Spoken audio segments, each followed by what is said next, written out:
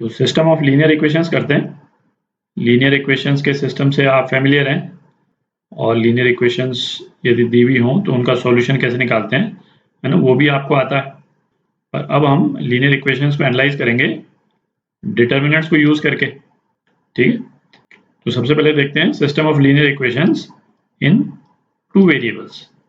ठीक है, तो दो इक्वेशंस में लिखता हूँ, दो वेरिएबल्स की, a1 है x plus b1 y is equal to d1। यहाँ पे d अपन क्यों लिख रहे हैं, है ना, c नहीं लिख रहे हैं, क्योंकि जब हम सिस्टम ऑफ लीनियर इक्वेशन तीन वेरिएबल का करेंगे तो उसमें थर्ड वेरिएबल आएगा, उसके साथ में जो कोएफिशिएंट आता है वो c में आता है, तो आपको कंफ्यूजन नहीं हो, इसीलिए जो राइट हैंड साइड वाला जो बिना वेरिएबल वाला जो कांस्टेंट है ना, उसको d करके हम डिनोट कर रहे हैं।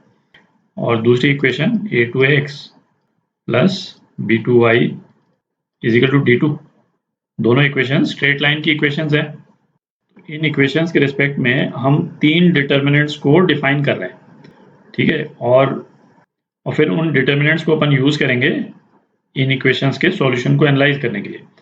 तो डिटर्मिनेंट d है ना, इस तरह से अपन डिनोट करते हैं। तो ये डिटर्मिनेंट क्या हो गया, a1 b1 a2 b2।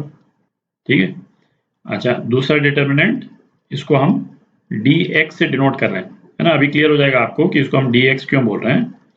तो वो डिटर्मिनेंट क्या है, x को, ये जो x से रिलेटेड जो कॉलम है, ये वाला कॉलम, तो इसको हम छुपा दें तो बाकी हमारे पास में वेरिएबल्स क्या बच जाते हैं, एक d वाला कॉलम बच जाता है, एक b वाला कॉलम।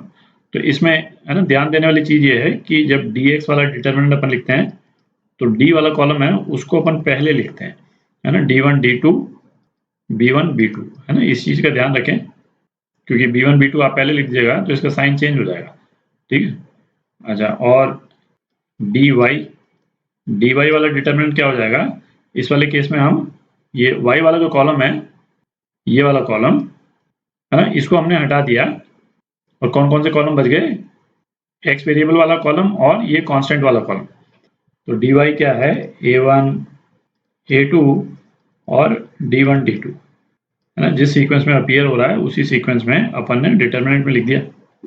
अच्छा, अब देखें, यदि ये दो इक्वेशंस हमको दे रखी होती और हमको इनका सॉल्यूशन निकालना होता तो हम क्या करते, ये जो पहली वाली जो इक्वेशन है उसको हम b2 से मल्टीप्लाई कर देते, दूसरी वाली इक्वेशन को b1 से मल्टीप्लाई कर देते, दोनों को माइनस कर देते।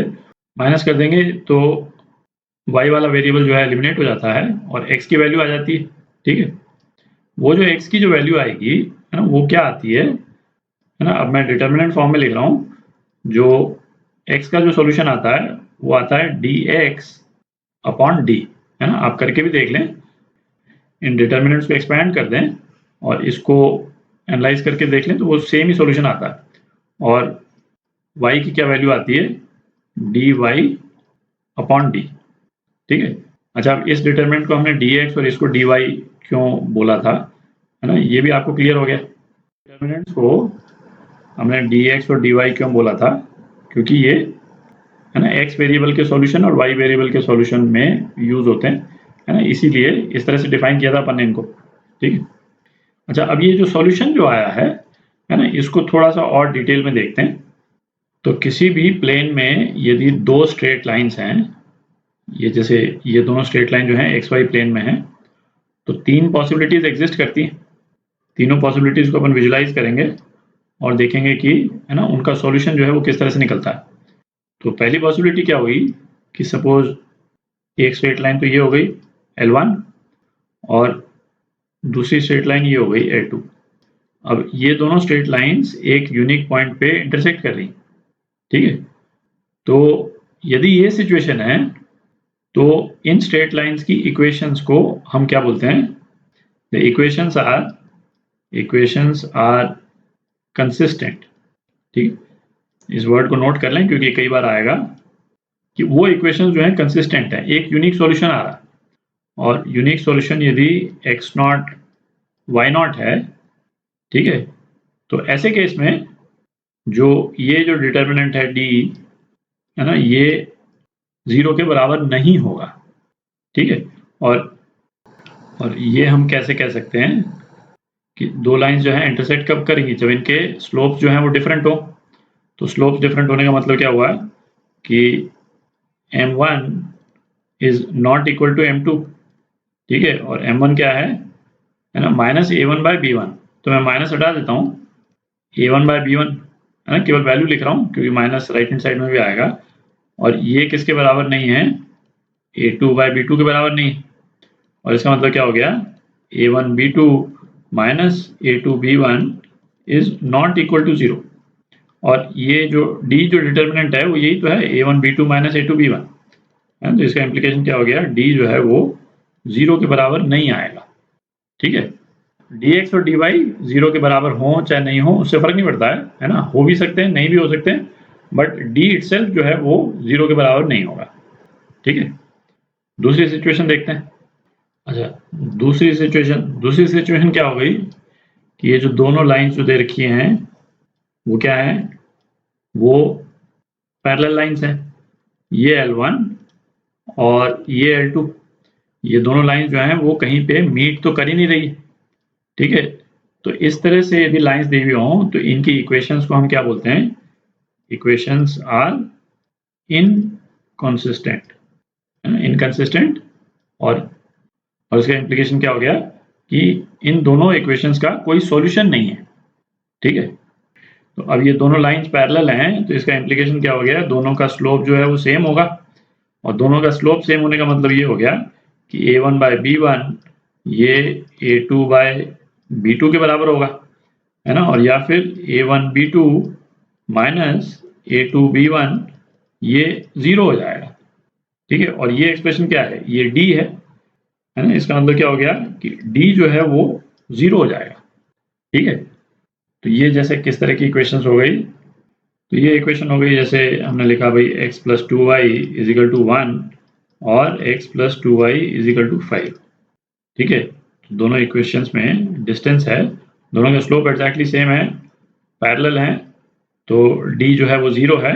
और इसमें एक और चीज़ ध्यान रखें कि dx और dy ये 0 नहीं है, ठीक है।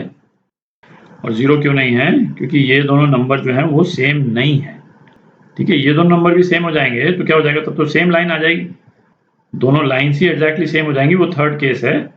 पर इस वाले केस में dx और dy 0 नहीं है, ठीक है। अब थर्ड केस देखते हैं। थर्ड केस क्या हो गया कि पहली लाइन यदि ये है L1 तो जो सेकंड लाइन है वो भी यही है, ठीक है।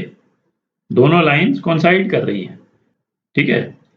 तो इक्वेशन के फॉर्म में यदि मैं लिखूं तो मैं लिख सकता हूं जैसे x plus 2y is equal to 2 और 2x plus 4y is equal to 4, है ना। तो ये दो इक्वेशन थोड़ी है, तो बेसिकली एक ही इक्वेशन है ना। लिखने को हमने लिख दिया अलग अलग फॉर्म में, 2 से मल्टीप्लाई कर दिया पहली इक्वेशन को, बट इन एसेंस दोनों इक्वेशन सेम ही है, ठीक है। तो इस वाले केस में क्या होगा, इस वाले केस में d तो 0 है ही, इस केस में dx और dy भी 0 हो जाएगा, ठीक है। क्यों 0 हो जाएगा, क्योंकि लाइन तो सेम ही है ना, दोनों लाइन एग्जैक्टली सेम ही है।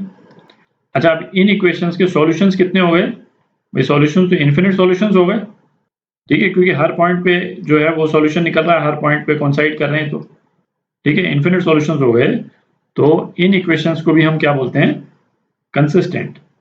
जब दोनों लाइंस आइडेंटिकल हो जाती हैं तब भी हम सॉल्यूशंस को क्या बोलते हैं, कंसिस्टेंट, ठीक है। तो अगले वीडियो में अपन 3 वेरिएबल्स की लीनियर इक्वेशंस जो हैं वो डिस्कस करेंगे, और जो प्रिंसिपल्स हमने डिस्कस किए अभी है ना 2 वेरिएबल्स को लेकर के, वो एग्जैक्टली सेम प्रिंसिपल्स वहाँ पे भी अप्लाई होते हैं, एक दो केसेस बढ़ जाएंगे, है ना बस, पर प्रिंसिपल्स जो हैं वो एग्जैक्टली सेम रहेंगे।